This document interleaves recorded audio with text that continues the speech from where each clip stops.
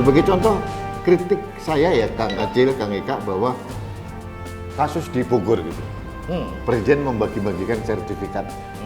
Itu kan menarik sekali, hebat sekali toh. Oh, yang di Lewiliang itu ya. Hebat itu. Tapi apa yang terjadi? Ternyata objek tanahnya sitaan BLBI coba. Berarti kan Presiden dikadalin juga sama anak buahnya. Nah itu yang gini juga nanti akan seperti itu. Nah, Pak Jokowi dengan adanya masalah ini, tolong menjaga Jawa Barat. Hidup di dunia ini harus ada keseimbangan antara makhluk eling itu yang berakal manusia, makhluk nyaring itu binatang yang harus hidup dan makhluk cicing tumbuh-tumbuh.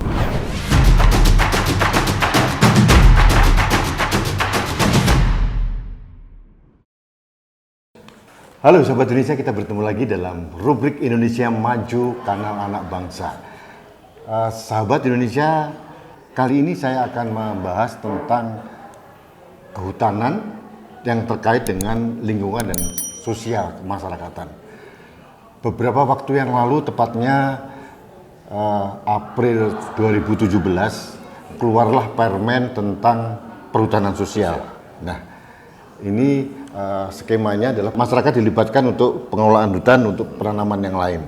Tapi menurut saya ini masih bagus karena masih sistemnya tumpang sari.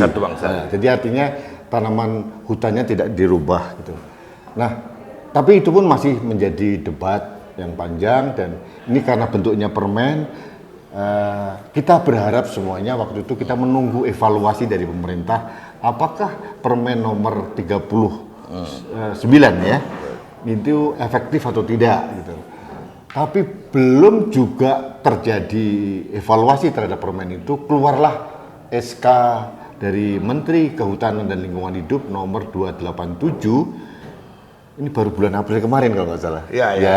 Itu tentang istilahnya KHDPK, kawasan hutan dengan pengelolaan khusus. Singkatannya KHDPK, kawasan hutan dengan pengelolaan khusus. Ini menjadi problem yang sangat serius karena pemerintah atau negara akan membagikan sekitar 2 hektar kepada kelompok tertentu selama 35 tahun dan bisa dimanfaatkan untuk apa saja. Nah, ini saya sempat bingung. Ini pasti ada risiko yang tidak kecil terhadap itu karena jumlahnya sangat fantastis. Dalam SK ini disebutkan 1,1 juta hektar. Sepengetahuan saya, menurut data yang saya terima, kawasan hutan di Indonesia ini hanya sekitar tersisa 22%, sekitar 2,4 juta hektar. Kalau dikurangi dengan 1,1 untuk kawasan hutan dengan pengelolaan khusus ini, KHDPK ini pasti tersisa hanya 1,3. Nah, karena saya bingung, saya mau bicara dengan siapa, saya lebih baik ke Bandung untuk mengajak orang-orang lain bingung bareng. Nah, ini.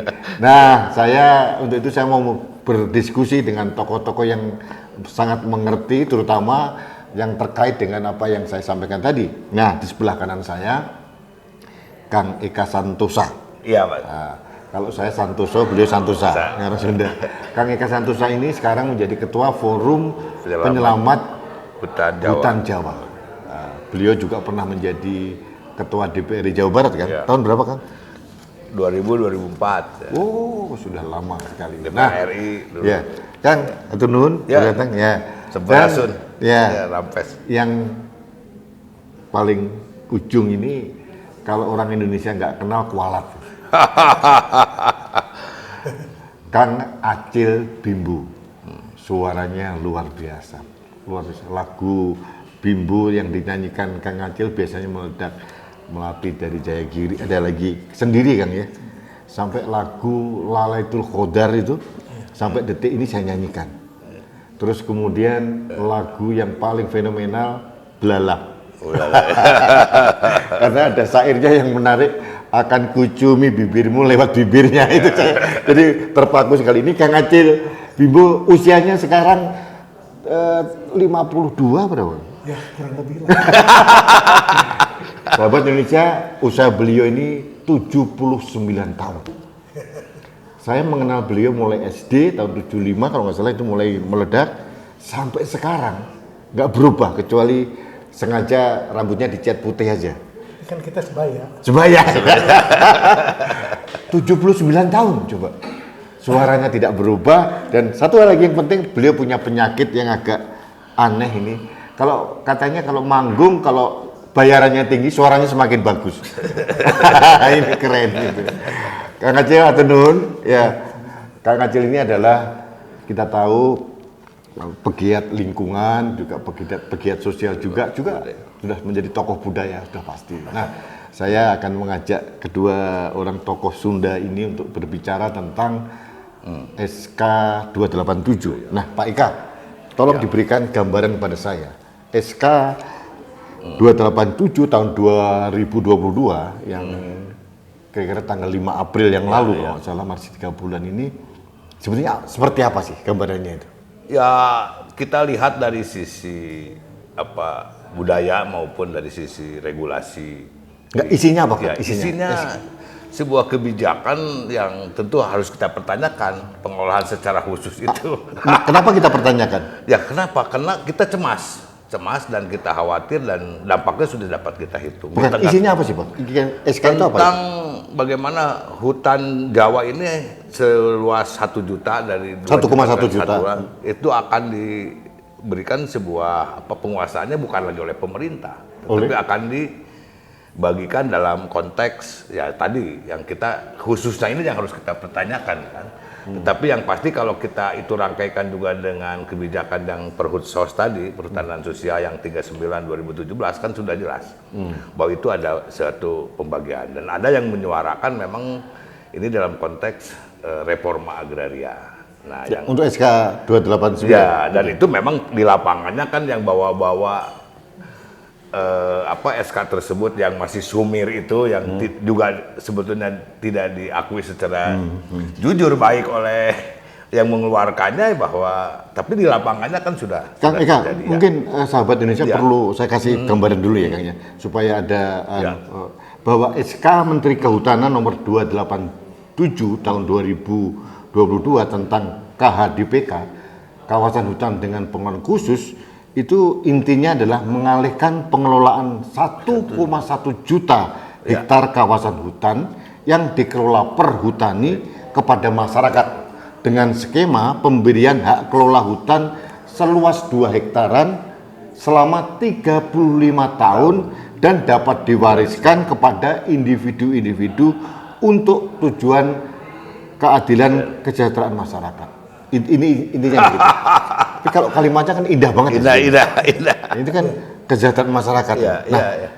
Kalau sudah indah begini, kenapa kita harus tentang? Kita cemas karena jangan-jangan hutan ini dibagikan, tidak pun hari ini kita sedang mengalami sebuah krisis dan masalah. Kita lihat faktanya banjir di mana-mana, lalu kemudian juga dari aspek lingkungan ya. Dari aspek lingkungan. Kedua dari aspek filosofis budaya kan, no forest, no water, no future. Leuweung ruksak, cai beak, rakyat balangsak, itu kata orang. Itu bahasa Jerman. Oh, itu bahasa Jerman. Jadi sudah. Bahasa Indonesianya apa? Jadi tidak ada rumus, Mas, bahwa hutan dibagi-bagi. Itu nggak ada ya? Tidak ada. Kita lihat dari sisi apapun. Bung Karno ketika keluar UU PA Agraria tahun 60, nomor 5 tahun 60, dia menjaga, memproteksi dengan lahirnya Jabatan Kehutanan. Jangan sampai hutan termasuk yang direformakan. Oke, saya mau tanya lagi. Ya. Apakah keluarnya SK Menteri Kehutanan nomor 287 ini peluang nggak terjadi deforestasi? Oh iya, Mas. Sangat. Tidak pun sekarang sudah terjadi. Apalagi di legalitas ini. Nah, sekarang pertanyaannya, pasal 33 Undang Dasar 45, ini kan termasuk kekayaan negara yang sebesar-besarnya harus dikuasai oleh negara untuk kesejahteraan rakyat. Kalau dibagikan kan bukan oleh negara lagi. Nah, Pak Eka, diperjelaskan. Ini 2 hektar yang dibagikan kepada individu tertentu ini harus ditanamin apa? Teorinya. Nah, ini yang memang bahasa masih kita lihatnya sumir ya, tetapi kira-kira di situ akan teriming-imingi dengan bahasa tadi soal kesejahteraan. apakah iya bahwa kita tidak mencari solusi untuk ketahanan pangan dengan cara merusak hutan? Enggak. Ya. Kang Acil, saya mau tanya, kenapa untuk kesejahteraan rakyat, katakanlah untuk perluasan tanaman pangan harus mengambil tanah hutan? Menurut Kang Acil, apa yang terjadi sebetulnya? Katanya ini masih ada. Saya kira ini permasalahan intinya kalau untuk saya. Ini harus didialogkan lagi. Karena ternyata dari warga masyarakat terlalu banyak yang menolak. Di mana-mana tidak setuju dengan Secara esensial tolakan masyarakat. ya kita mau kontrol gimana. Ya. Kemudian sekarang misalnya kayak ini dapat 35 tahun. Ini akan jadi ini bisnis yang rolling, nanti bisa dijual kemana-mana, bisa jadi kacau segala macam. Kacau balau. Nah, Ya. Kang Eka, ini saya menyangkut dengan Kang Acil tadi. Yang individu apa dan siapa yang berhak mendapatkan? Siapa yang menentukan? Nah itu yang kita lihat. Ini yang akan jadi masalah. Itu jadi masalah. Padahal di lain pihak kan saat ini sudah ada orang yang bermitra dengan perhutani misalnya, dengan LMDH yang sudah memang bermitra dan baik menghasilkan dari sisi ketahanan pangan. SK ini apa perbedaan yang signifikan dengan perhutanan sosial? Ini memang ketika kita kritisi dan kita langsung ya, waktu itu saya datang ke Komisi 4 dan saya perhatikan bagaimana di rapat kerja Menteri dengan Komisi 4 itu ada pengelakan. Sepertinya ini belum ada lampirannya dan belum dijalankan. Tapi di lapangannya kan sudah terjadi. Seperti di daerah kami ya, di Kerawang sudah berani pasang plang. Bahkan bilang perhutani tidak boleh masuk. Ini daerah reforma agraria. Mas, kita bukan tidak setuju dan tidak a priori terhadap apa yang menjadi sebuah kebijakan reforma agraria. Ya tapi jangan hutan yang jadi objeknya gitu. Kan masih banyak lahan-lahan Jadi yang kalau ini saya tambah dikit, nanti masalah dan masalah. Ini yang akan ramai nanti. Kang Acil melihat nggak bahwa ini berpotensi terjadi konflik horizontal? Bisa, sangat bisa. bukan lagi akan terjadi, sudah terjadi. Sudah terjadi? Sudah terjadi. Ya. Di Cibaliung, di Banten ya, di Akan banyak Kerawang. juga yang bermain di sini. Ini menimbulkan, kan bahasa kita ini sekarang pintar untuk bermain-main yang begini. Dengan kata-kata dan kalimat. Nah, Kak, kalau begitu kenapa harus SK ini harus didialogkan kembali? Kenapa nggak kita suarakan untuk ditolak? Kalau itu mudaratnya lebih banyak daripada Ya, manfaatnya. jadi untuk ditolak ini mungkin mereka bisa tersinggung. Tapi kalaupun didialogkan Ini ujung kata orang Sunda yang halus, ini. Halus banget ini beliau ini. tapi ini kalau didialogkan juga nanti ujung-ujungnya akan ditolak. Itu sebabnya saya berpendapat bahwa yang harus berdialog di sini adalah intelektual. Intelektual. Jadi terus terang aja kalau saya ngeri ya soal masalah ini. 1,1 juta hektar. Ya, ngeri. Saya ingat dulu tahun 2008 atau 2006 ada aktor Hollywood Harrison Ford, ingat ya? Sampai marah sama Menteri Perhutanan karena terjadi deforestasi hutan di Indonesia. Dia marah besar-besaran. Nah, kalau lihat kayak begini apa nggak semakin marah lagi nih si Harrison Ford, Indiana Jones ini ya? Iya. Bukan itu jadi Dari orang luar aja bisa begitu. Nah, gini loh kan, maksud saya daripada menterinya dimarahin orang asing, mending kita marahin kan? Marahin. Kita suarakan kan? Setuju Setuju nggak, nggak? Kak? Iya, setuju. Saya kira bagus kalau itu. Jadi artinya Yang marahin harus Kang Acil, jangan kita. Lebih didengar soalnya. kalau ada yang marah itu artinya ada yang sehat. Berarti marah itu sehat berarti ya? Masih normal gitu ya? Masih normal. Oke, terus solusinya apa Pak Ika? Ya saya kira pertama kan perusahaan itu sendiri harus dievaluasi. Kita lihat lapangan yang katanya tahun 2017. Jadi artinya Kang Ika mengusulkan perhutanan sosial evaluasi dulu. Oke. Yang benar bahwa itu betul tidak dan memang kita sudah tahu. Lalu kita sempurnakan seperti apa gitu? Ya, saya kira pemerintah harus mengambil satu sikap bahwa apa betul sih penjagaan hutan ini akan hutan ini akan diberikan kepada individu. Kita lihat dong Undang-Undang Dasar 45. Kita lihat dari sejarah perjalanan bangsa ini. Secara budaya juga kita lihat. Tadi kan orang Sunda mah sudah jelas bilang kalau leuweung rusak artinya hutan rusak, air habis dan rakyat pasti sengsara. Nah, kalau kita ini bicara reforma agraria, kan masih banyak lahan telantar, XHG. Artinya Kang dan Ika sebagainya. ingin mengatakan bahwa tidak menolak reforma agraria. Tapi, Tapi jangan mengambil hutan lahan. dijadikan agenda reforma agraria. Oke, Kang Acil. Itu poinnya ya. Kalau dari Kang Acil lihat dari segi lingkungan, apa yang akan terjadi kalau ini diterapkan, Kang? Ya kayaknya sepertinya kita tuh nggak mikir gitu ya. yang normal aja dirusak, apalagi ini diberi hak itu untuk. Ya. Wah, saya ngeri terus terang saja. Ini kemarin pada waktu dialog awal di sini, sampai ada kesimpulan, kenapa kita tidak bikin surat terbuka saja kepada Pak Jokowi supaya ini dibatalkan? Nah, ini akan saya sampaikan Pak Jokowi juga nih. Oh ya. Akan saya sampaikan ini. Iya. Karena menurut saya dua hal tadi. Akan ada potensi deforestasi. Iya. Jadi yang kedua sudah terbukti ada konflik horizontal. Iya. Itu presiden harus tahu. Iya. Jangan sampai, mohon maaf ini sahabat Indonesia, presiden dikadali anak buahnya nih. Ya. Itu. Ya. Presiden setuju dengan reformasi agraria pasti. Tapi bukan juga Hutan dari objek. hutan yang diambil. Iya, iya. Itu masalah cadangan air, Iya, masalah segala macam, Iya. longsor nanti. Iya. Nah, sebagai contoh kritik saya ya Kang Acil, Kang Eka, bahwa kasus di Bogor gitu. Presiden membagi-bagikan sertifikat. Itu kan menarik sekali, hebat sekali toh. Oh, yang di Lewiliang itu ya. Hebat itu. Tapi apa yang terjadi? Ternyata objek tanahnya sitaan BLBI coba. Berarti kan presiden dikadalin juga sama anak buahnya. Dikadali. Nah itu yang gini juga nanti akan seperti itu. Nah, artinya tugas kita nih kan mengingatkan presiden, jangan-jangan ini dikadalin Dan juga. Pak Jokowi pasti ngerti Mas sarjana Iya dong. kehutanan. Dia orang dia kehutanan kok. Ya kan? Ya, dan dia pasti cemas kalau melihat. Ini sahabat Indonesia, ini perlu saya kasih tahu bahwa hutan di Jawa ini hanya tinggal 22%.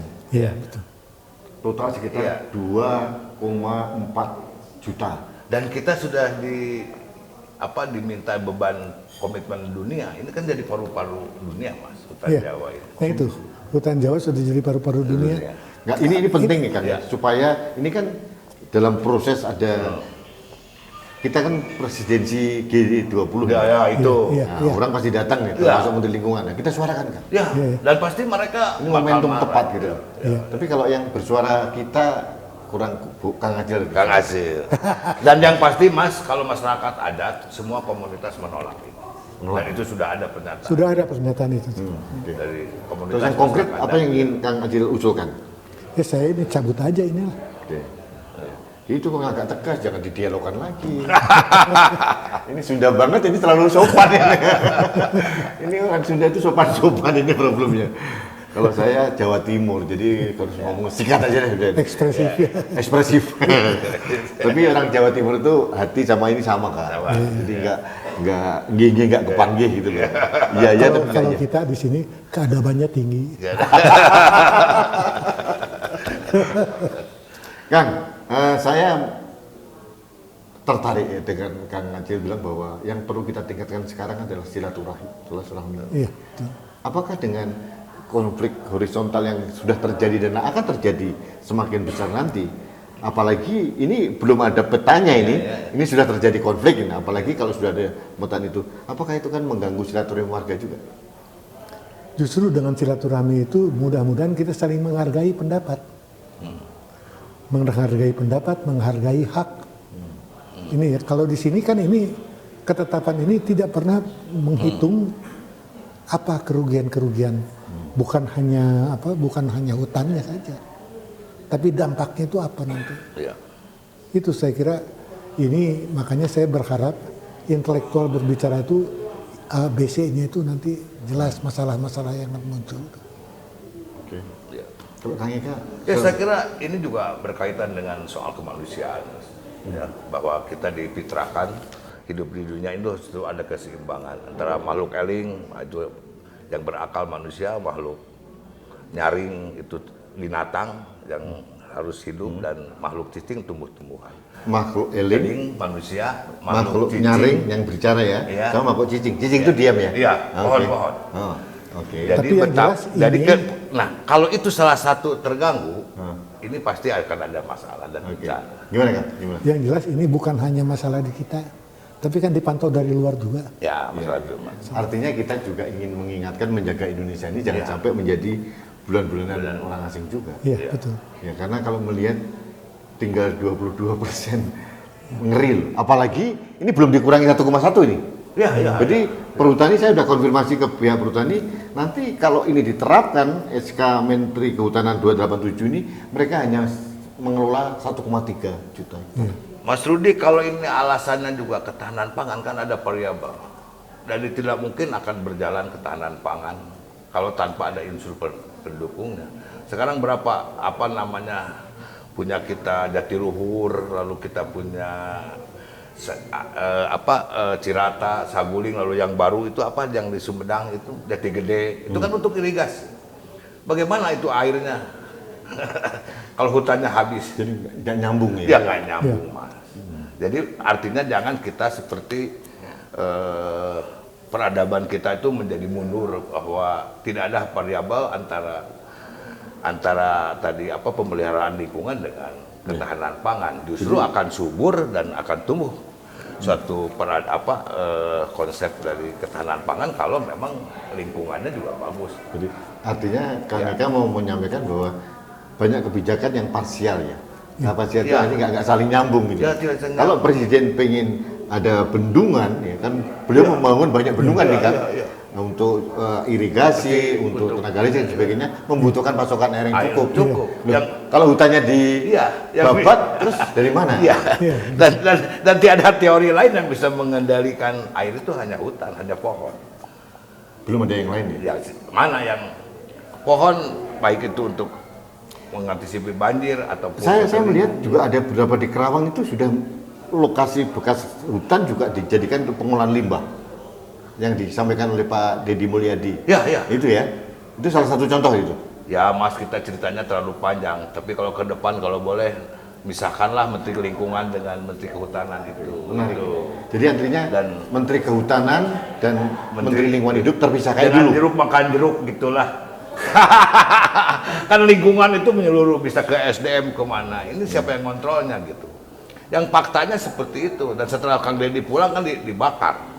Tapi kan Jawa Barat aneh-aneh juga. Bagaimana sih pengumpulan limbah harus diangkut-angkut ke Kerawang dan harus pakai jasa angkutan.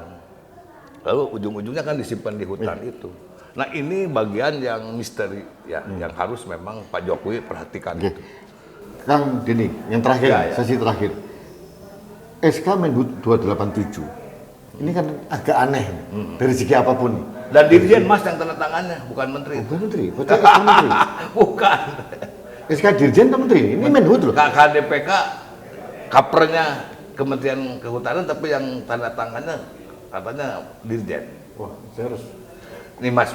koordinasi dengan nih, konfirmasi ke Dan kehutanan. yang diacak-acakan lahan perhutani. Perhutani ini kan keluarnya dengan peraturan pemerintah, personifikasi negara. Loh, kok masa wilayahnya atau institusinya bisa direduksi oleh SK? Perhutani kok diam saja? Ya bukan hanya diam. Ini bener nggak ngurus negara kayak begini gitu. Manusia loh orang perhutani dan sudah berjasa. Makanya jadi ketua DPR lagi. Oke. Nggak, ini aneh-aneh begitu kan. Iya. Nah, kenapa kita tolak? Karena ini semuanya aneh-aneh gitu. Kang Acil, Nun Sewu, mohon konfirmasi. Ini ada dugaan orang. Saya sebelum bertemu dengan Kang Acil dan Kang Eka, saya ketemu dengan beberapa orang. Ini ada di sinyalemen ini terkait dengan mobilisasi kelompok tertentu terkait dengan 2024. Ya. Menurut Kang Acil, pendapatnya? Yang ini masalah SK 287 ini. Ya ini kalau positif itu kan ke 2024-nya enak. Tapi kalau negatif itu bisa menjadi masalah tambahan barangkali dari masalah-masalah yang ada. Ya bagi saya kalau kita berbicara ke 2024 barangkali kita itu yang saya bilang marilah kita dialogkan dalam menghadapi itu. Tidak perlu juga mengorbankan hutan. Iya. Nggak perlu ya, betul. Kalau mengorbankan hutan itu kelihatannya bahwa kita itu bukan orang yang beradab. Nah, itu yang beradab. Berarti masa kalah sama orang hutan gitu ya? Ya, beradab aja terganggu. Kalau Kang Eka lihat komentarnya terhadap Kalimantan. Begini Mas, itu kan ada sebuah tatanan. Ada reforma agraria ex HGU dan itu sudah terbukti ada. Jadi apa sih? Apa memang kita tidak punya cara lain ya untuk mensejahterakan Kalau masalah politik tadi? Ya itu maksud saya bahwa nggak ada pengaruh dan mereka yang Kecil sebetulnya ya? kecil mas, lebih kuat mereka yang memang sudah mapan ada. Kalau mau hitung-hitungan ya, ada LMDH, ada Perhutani, ini kan mereka siapa? Yang sekarang ada di di lapangan yang mengkiwir-kiwir ini SK bahwa ini ada gerakan apa? Ya ini harus menjadi evaluasi juga. Ini siapa mereka ini gitu yang kemudian memanfaatkan lalu berteriak di lapangan. Coba dilihat. Kader partai ya, bukan? Saya yakin tidak, bukan. Ini semua kita sih ya. Pokoknya suaranya ini kan suara rada kiri sedikit. Ini yang harus kita jaga pesan presiden, jangan sampai seolah-olah masalah konservasi lingkungan itu berbenturan dengan kelompok reforma agraria. Sebenarnya nggak boleh terjadi. Karena hanya sebetulnya kita setuju. Cuma jangan mengambil objek hutan yang berisiko tinggi. Silakan ada ex HGU yang terlantar, tanah negara yang terlantar, dan kita petakan itu. Dan saya setuju Pak Yassin Limpo kan juga berkomitmen dengan kita untuk kita menjadi bagian mengembalikan Jawa Barat sebagai lumbung ketahanan pangan nasional. Tapi kalau hutannya diganggu, mau bagaimana terwujud ketahanan nasional tadi? Bagaimana pertaniannya akan baik? Kang, terakhir ini ke Kang Eka dulu. Apa yang Kang Eka ingin sampaikan kepada Presiden dan Menteri Kehutanan terkait dengan SK Kehutanan Menteri Kehutanan 287 ini? Pertama, Perhutsos kita evaluasi yang 5 tahun itu. Dan lalu kita jujur melihat, lalu ke depan ini penataan hutan ini oleh siapa? Kalau perhutani dipreteli kayak gini kan nggak fair juga mas. Dulu saya anak mandor loh, untuk menjaga hutan bapak saya dipersenjatai, dikasih brand, geren gitu. Nah sekarang ke depan siapa? Kalau ini dibiarkan begini, saya mengusulkan kalau bisa ya bikin sebuah institusi yang kuat. Bila perlu negara yang membayar. Ini kepentingan kemanusiaan. Kalau ini dibiarkan seperti ini dan terus habis, ya peradaban yang akan rusak. Itu. Lalu kemudian ya udahlah kalau yang khusus-khusus itu nggak jelas. Kan tadi aneh ya, ini binatang apa sih kalau saya katakan tentang KHDPK ini. Jadi sumir ini khusus untuk siapa, untuk apa. Udahlah Pak Presiden ambil alih itu, cabut. Istilahnya pasal karet, bisa dikembangkan kemana-mana itu. Iya, karena sumir kan nggak boleh dong. Multi interpretasi. Apa sumir khusus tuh yang ngelolanya, khusus itu konsepnya apa gitu. Iya. Ini yang menurut saya ya, dan kita ada diamanati oleh budaya tadi. Ya, kalau Bang Ihin sebagai tokoh kita yang gandrung waktu gubernur aja sudah rap gantang rakyat gandrung tak tangkalan. Ini menodai mas, ini akan membuat suatu kemunduran peradaban kita. Ya, tapi ini bahwa kita tidak a priori dan kita setuju reforma agraria dijalankan, tapi hutan tidak dijadikan objek. Kang Acil, apa yang ingin disampaikan kepada Presiden? Ya, saya hanya satu aja. Pak Jokowi, tolong jaga Jawa Barat. Di sini kan, biar langsung Pak Jokowi dulu. Langsung, silakan. Pak Jokowi, dengan adanya masalah ini, tolong jaga Jawa Barat. Terima kasih. Simpel tapi dalam. Kang Acil, hatur nuhun. Kang Eka, hatur nuhun ya. Singkat nanti kita suarakan, kita sampaikan. Mudah-mudahan ini mungkin tidak sekali ini aja kita bertemu, mungkin kita sikapi seterusnya. Karena kalau menurut saya harus kita suarakan sekeras-kerasnya, sesering mungkin. Kadang-kadang kalau agak peka itu biar didengar gitu loh. Kalau sayup-sayup aja kurang. Terima kasih supportnya. Siap. Ya. Kang Acil, siap. Jadi ini di luar ini, ini bahasan ini masalahnya yang tadi saya sampaikan. Apa itu? Ini yang anda ini kan itu masalah intelektual ini. Tolong jaga itu. Siap, jagain itu. Baik, terima kasih Kang Eka, Kang Acil, terima kasih. Sahabat Indonesia, ini menarik sekali. Saya sependapat dengan kedua beliau ini bahwa pemberlakuan SK 287 yang diistilahkan kawasan hutan dengan pengelolaan khusus ini tolong ditunda atau mungkin dibacakan total dulu. Karena yang paling penting adalah Permen 389 tahun 2017 itu dievaluasi dulu. libatkan semua stakeholder yang ada untuk mengevaluasi itu, kemudian disempurnakan. Jangan keburu membuat seperti ini dan risikonya sangat tinggi. Seperti disayangkan oleh Pak Kang Eka dan Kang Acil, satu, jelas terjadi pengurangan lahan hutan yang signifikan. Jadi itu luar biasa. Ada deforestasi yang luar biasa dan risikonya ke lingkungan yang sangat tinggi pasti. Dan ini menurut Kang Eka nggak nyambung ini polisi pemerintah ini dengan Pak Jokowi yang dengan membangun banyak bendungan dan sebagainya, memerlukan pasokan air. Dan itu di samping itu juga akan ada potensi bencana di mana-mana nanti kalau di sana.